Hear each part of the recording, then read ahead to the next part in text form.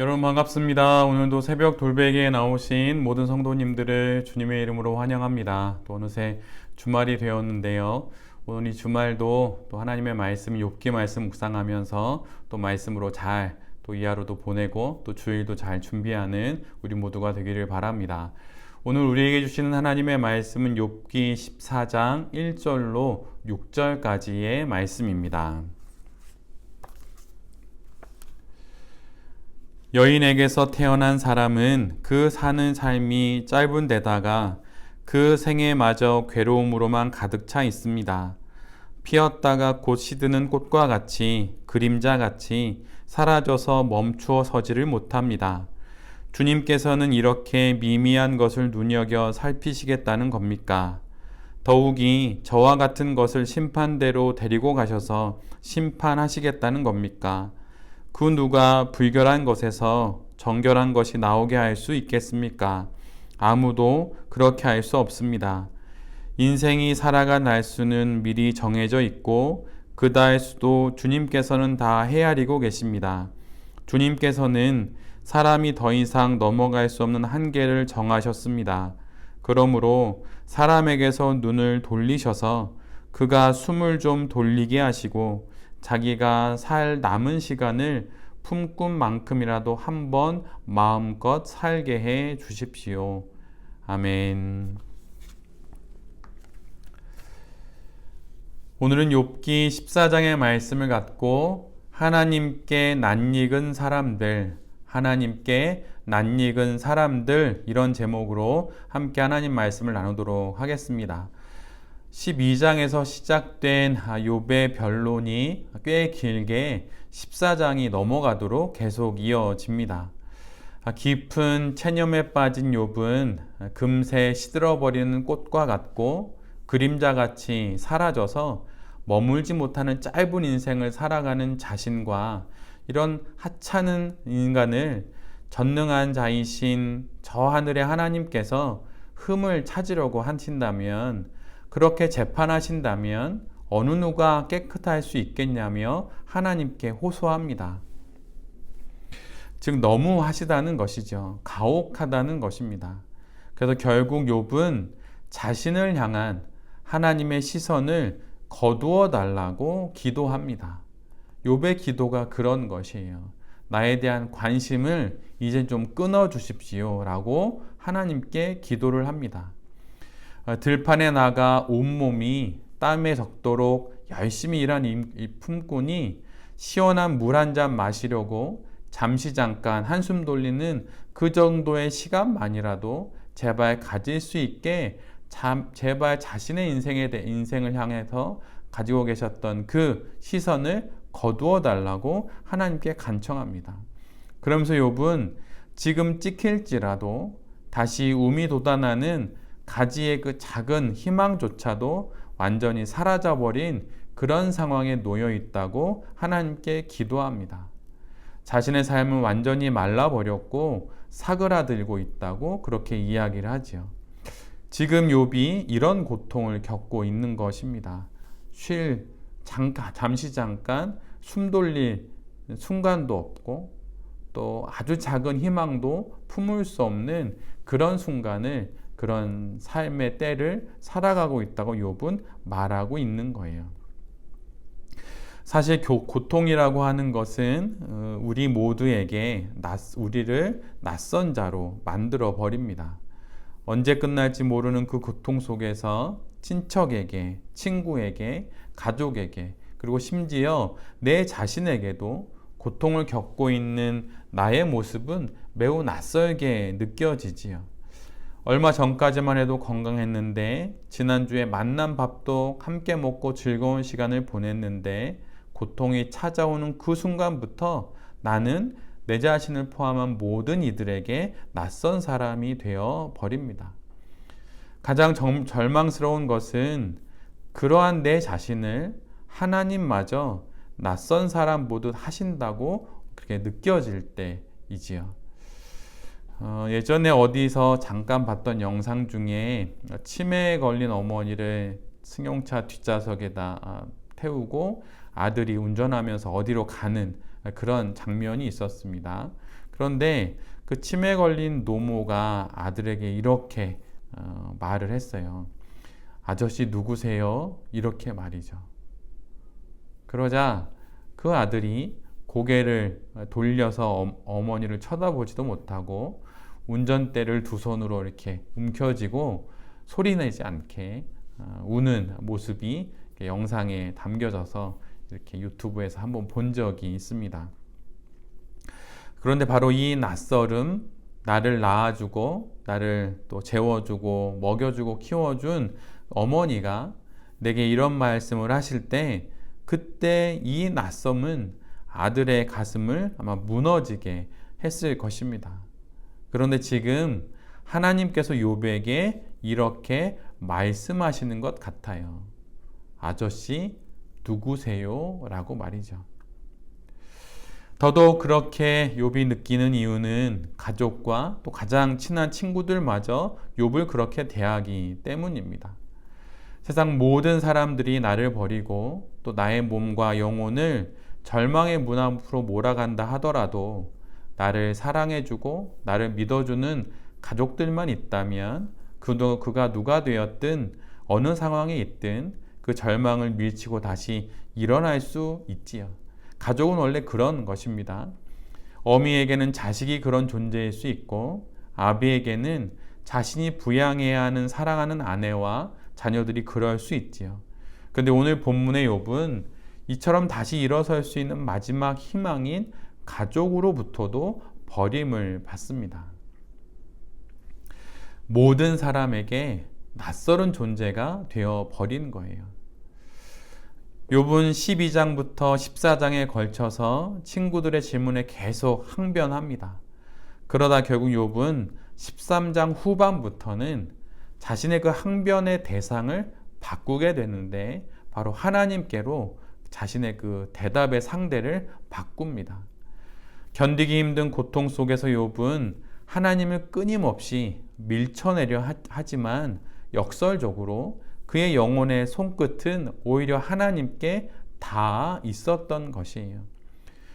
고통의 한가운데서 욥은 인간의 본능으로는 고통을 회피하려 했지만 여전히 그 한가운데에서 중심을 향하고 있었던 거예요.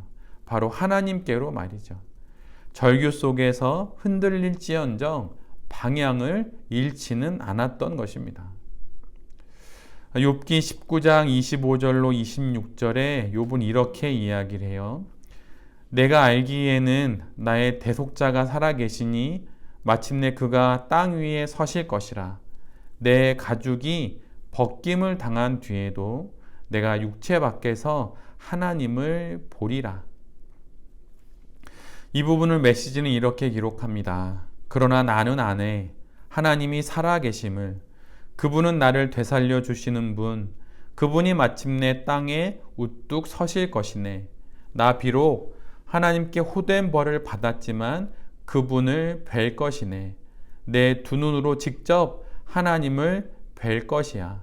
오, 어서 빨리 그날이 왔으면. 첫 아이가 태어나서 한 22개월쯤 되었을 때 저희 집에서 있었던 일입니다. 어느 금요일 저녁에 잠자리에 들기 위해 아내와 이제 막 22개월 된 딸아이와 함께 안방에 들어갔는데요. 근데 아내가 아이를 옆에 재워놓고 제게 새벽에 꾸었던 자신의 꿈에 대해서 이야기를 해주었습니다.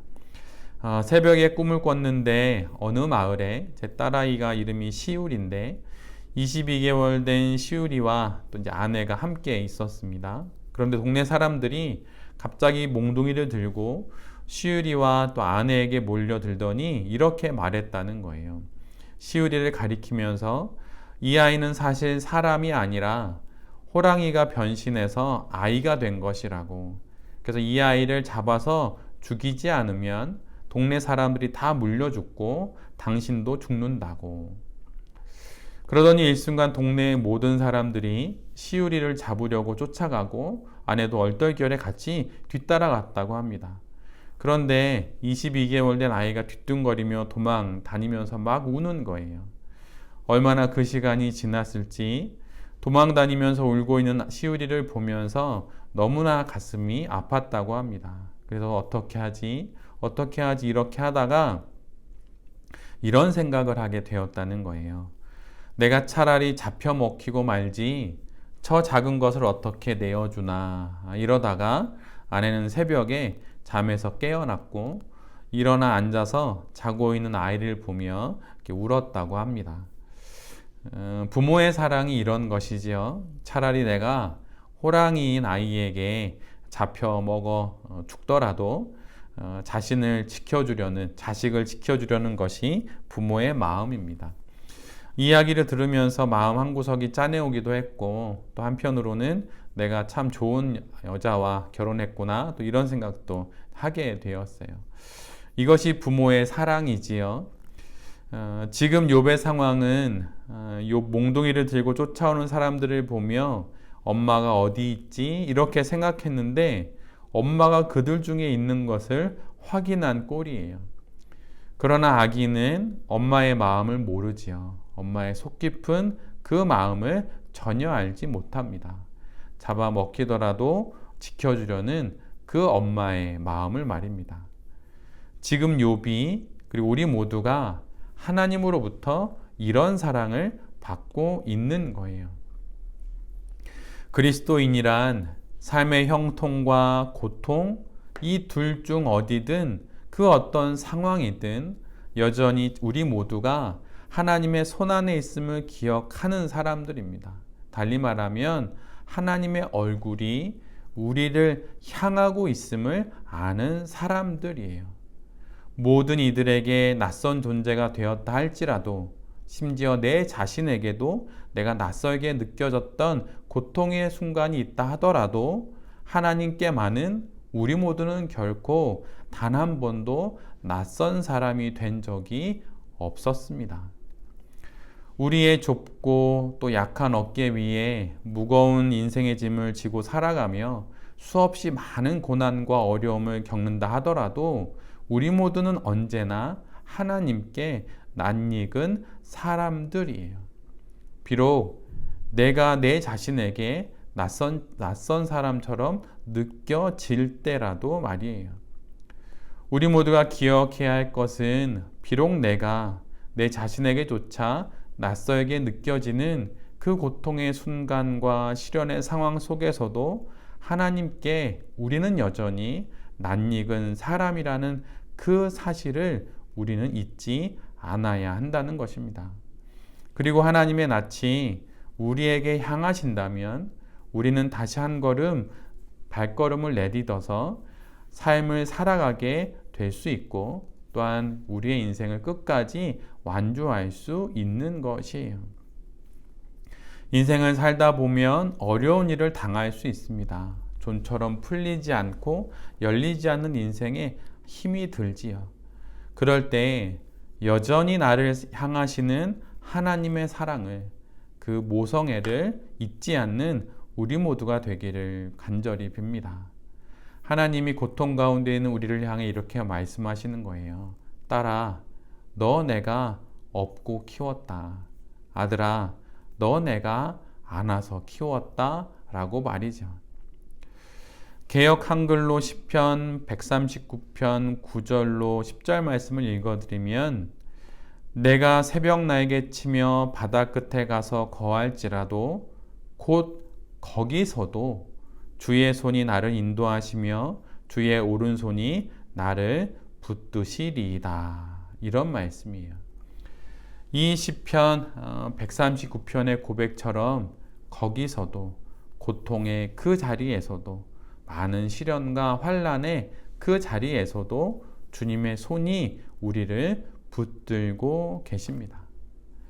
인생의 어려움과 시련을 만나더라도 우리 모두는 단 한 번도 하나님께 낯설은 사람이 돼본 적이 없다고 하는 것을 잘 기억하는 우리 모두가 되기를 간절히 바랍니다. 우리는 영원토록 하나님께 낯익은 사람들이에요. 다시 또 하루 우리의 주어진 인생을 살아갑니다. 새벽 돌베개의 모든 성도님들과 또 이 말씀을 전하는 제 자신이 인생의 어떤 어려움과 또 시련을 만나더라도 하나님을 향하는 그 방향을 놓치지 않고 또 하나님의 낯익어 주시는, 우리를 잘 알아주시는 하나님의 그 마음과 또 사랑을 기억하면서 모든 시간들을, 모든 인생들을 잘 살아갈 수 있게 되기를 간절히 기도드립니다. 아멘. 기도하겠습니다. 주님, 모든 것이 낯설 때가 있습니다. 아내도 남편도 자식도 일도 목회도 내 자신도 말입니다. 심지어 주님이 낯설게 느껴질 때도 있습니다.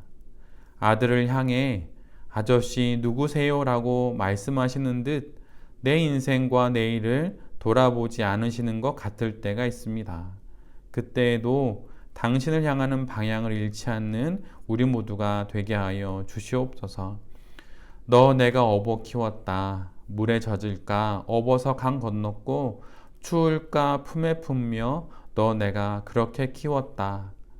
지금도 이렇게 말씀하시는 하나님 바라보며 하루하루 이 사연 많고 사건 많은 인생을 잘 살아가는 우리 모두가 되게 하여 주시옵소서. 주님, 긍휼히 여겨주시고 우리에게 당신의 자비를 내려 주시옵소서. 이 모든 말씀 예수 그리스도의 이름으로 간절히 기도드립니다. 아멘.